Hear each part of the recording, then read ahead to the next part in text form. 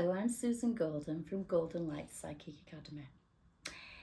The most versatile thing you can have in your psychic kit is a pendulum. Pendulums, you can do about 6 things with a pendulum. First of all, instead of buying one, let me show you how to make one. So just take some ribbon or some string, and you can have something you've had on your necklace, take that off, or something similar shaped to a wedding ring, like this. And you tie it on and you hold it, and you can make your own pendulum. If you use something from your necklace, so if that's your necklace, and you want to use a chain, make sure you just use a single strand of the chain like this, rather than the chain doubled up holding the pendulum. Because if the chain was doubled up, your pendulum would twist round. So you just want to use the single end of the chain, unhook your chain at the back and hang it on.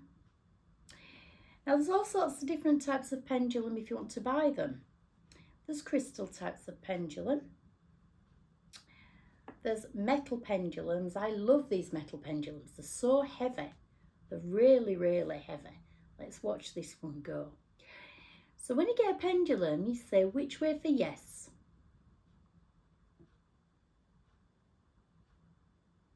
Now if I ignore it, can you see what it's doing? It's getting bigger and bigger and bigger and bigger. So then you've got to say thank you. Or if you're not as polite, you might say stop. I'm already forming in my head which way for no, so it's actually answering that. You see it going in a different direction? So it's doing a circle for yes and backwards and forwards for no. Thank you, stop. I'm wiggling a bit, but the best way to hold a pendulum is not like that. If you hold a pendulum like that, I can actually move it with I'm not going to because I don't want to unbalance my pendulum, but I could actually swing it. I mean, a proper psychic wouldn't dream of doing that. But if you hold it like that, with quite a small length of chain on it, and hold it like that, it's harder for me to, if I move, you know, I might wiggle a little bit. But I love doing that. I love kind of almost ignoring it and letting it get bigger and bigger. Then there's the spiral types of pendulum, like this one. You can get them bigger than this. So we ask this one, which way for yes? So if I've already forming it in my head, it will start to answer it. Let me get my hand steady. Which way for yes? You see that's doing a similar thing. Okay, thank you, stop. Which way for no? And that's doing the same. Sometimes your pendulum will do maybe. So like those are doing a circle for yes and no that way.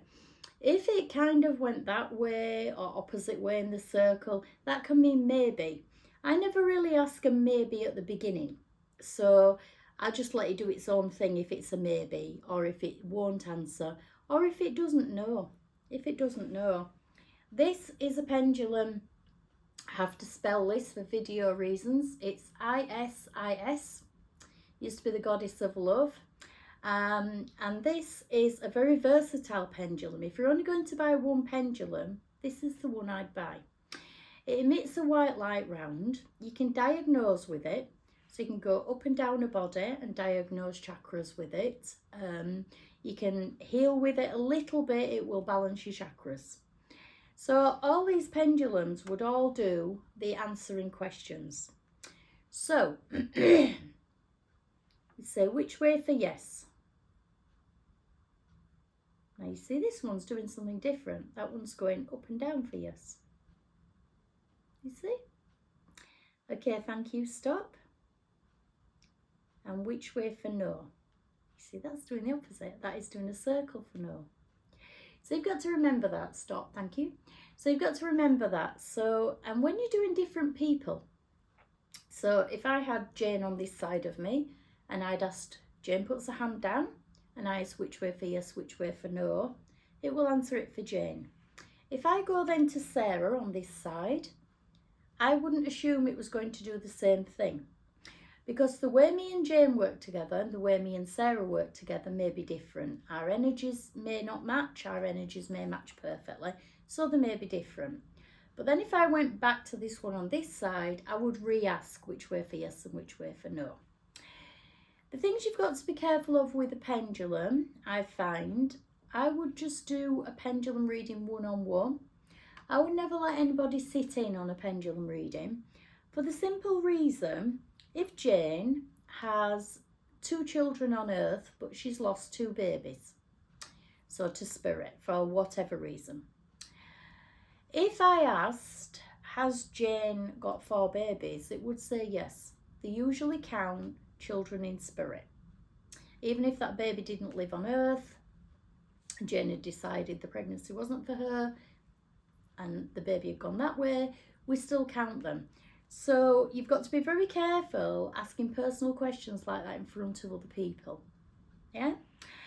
Would I use a pendulum every single day for myself as a psychic before I get out of bed? No, I wouldn't. I really wouldn't. You've got to have free will yourself. You've got to make decisions yourself. You can't rely on something like a pendulum to make every decision on earth for you. Now, as well as asking yes or no, so you could use it for food. You could say, is this food healthy for me, etc. You know, when you get out a healthy banana, when I get out a healthy chocolate bar, it may not say that. But always ask which way for yes, which way for no. And then if you're just working with one person, you can just do that all the way through. Don't ask which way for yes and which way for no before every single question. So you just ask it once at the beginning and then maybe ask it 5 or 10 questions. You can ask it about things for the future. You can ask it about things for your client that they want to know. If you're working with a client, Jane say asks you, maybe, will I have any more babies in the next 2 years? So then I would ask the pendulum, I would physically say it myself, would Jane have any more babies in the next 2 years? Obviously, there's no Jane here, so it's not going to answer. If you're asking questions like that, I would put a time limit on it. If you're not so sure, Jane could ask what month would I get pregnant? And how you could deal with that is, you could say, what month would, I'm going to just move it to show you. What month would Jane get pregnant? Would it be February? Would Jane get pregnant in March? Would Jane get pregnant in May? And you could do it like that until the pendulum moved. The hardest thing really to do with a pendulum is court cases, because they can change at the last minute. And people also ask, you know, will the court case be good or work out for me? The pendulum is probably always going to say yes, because that question wasn't specific enough. So you'd say, would I win in court? Would the court case go my way?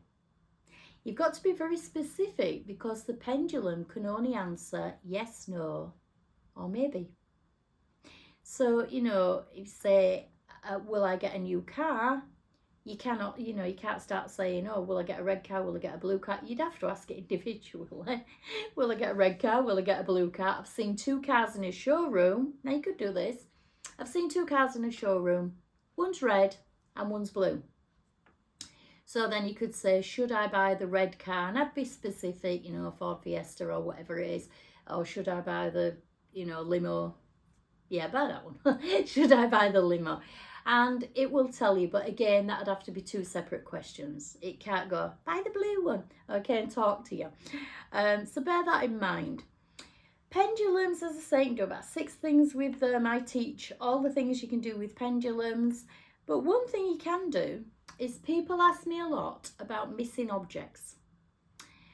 It could be something you've misplaced. It could be something that belonged to someone else. So I've just had a grandma recently passed. And if I was searching a house and thinking, where did she put that photo of my granddad? Or a lot of people ask about money. Where's the money hidden in the house? A lot of time you don't find that because somebody's pinched it usually. And rings. Where's the ring? Where's her old engagement ring? Things like that. You could stand in the, say, grandma's house, and you could again just do this. I always steady my hand on a table. You could stand in the middle doing this, but it's always better to steady your elbow on the table. And you would ask, you know, which way for yes, which way for no again. And then you would ask, it's trying to answer that. And then you would ask, where is grandma's wedding ring? Where is grandma's engagement ring? But what you could actually do as well is go around the house. So you could say, is it in this set of drawers? Is it under the settee? Is it in the kitchen? You know, knowing grandma, she's probably hidden it somewhere really daft. I know my grandma used to. So that's what you can use a pendulum for. You can use it for finding things, finding objects, finding people. If you've got an adventurous friend on Facebook, I've got a friend that travels the world. Hi, Steve. And I always sort of look at his Facebook but don't look where he is. And then I get a pendulum out and I say, is he on a mountain? Is he in the sunshine? Is he in the rain? Is he in the snow? And it's always fun trying to find Steve with my pendulum. And then I go on Facebook to check I'm correct. So if you want to practice with pendulums, that's a few ethical ways of doing it. Yeah? I wouldn't advise you to look for things like headline news, missing children, missing people, missing animals, because when you're very psychic, it would also give you the picture in your head. So if something tragic has happened to them, you don't actually want that picture in your head. So, and to use your pendulum for positive things, so to help people. You can also use it as part of your tarot reading or with photographs or all sorts of uses in a pendulum. They are very, very versatile. If you'd like to learn more about psychic courses, tarot courses, meditations where you can walk into your tarot, and learning all about pendulums, click on the link in the description box to find out more.